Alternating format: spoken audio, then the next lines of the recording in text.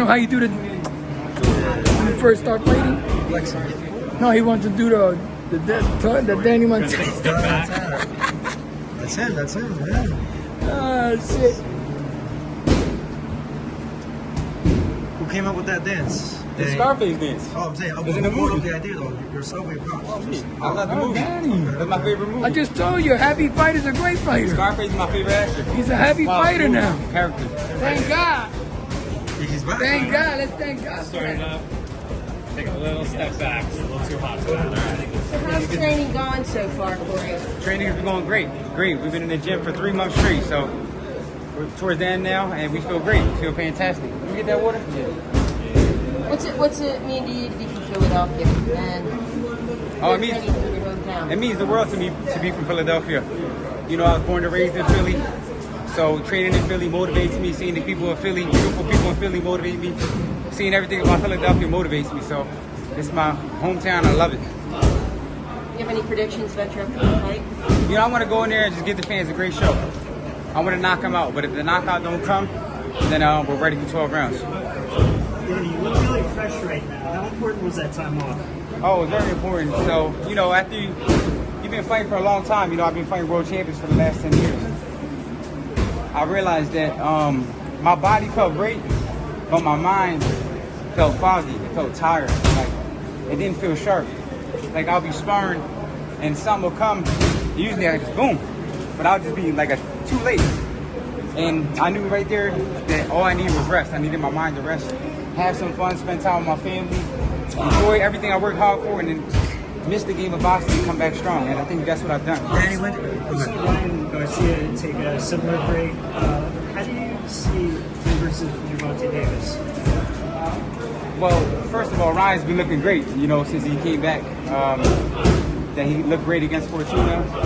I thought Fortuna would do better, but Ryan showed that he was a class above. And I think that's a great fight for both of them. Both of them are young superstars. I think Gervonta Davis might be like the biggest star in America. I mean, I've been watching him. His arenas, his numbers. So he sells out in Georgia. He sells out in Barclays Center. So he's a young big star. Ryan Garcia is another big star, social media star. Just did good in where he fought at. So I think that's a big fight. I think it's a great fight for both of them. There's no loser in that fight to me. When you fight the best, you're going to lose. Tim Tszyu versus Jermell Charlo. Who do you have in that fight, and how many fights away do you think you are facing the winner of that in your weight class? I think Charlo's going to knock him out. Yeah, I think Charlo's going to stop him. You know, I watched his last fight, Tim Tszyu. He's a good fighter. He's strong. He's hungry.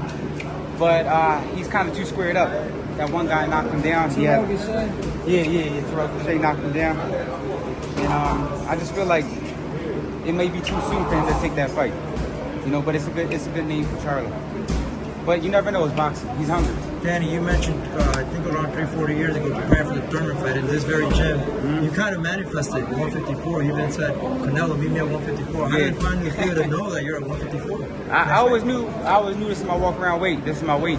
Like a lot of people think I'm naturally small, cause I used to fight at 140, 147, but I was just, you know, those were my weights, but I squeezed myself down to get to those weights. But now I'm a little bit older, I'm more wiser, and I don't think that's the right thing for me to do, to lose all that weight. I want to be sharp. I want to be happy. I want to be good. Most of the casuals feel like boxers are unstoppable, right?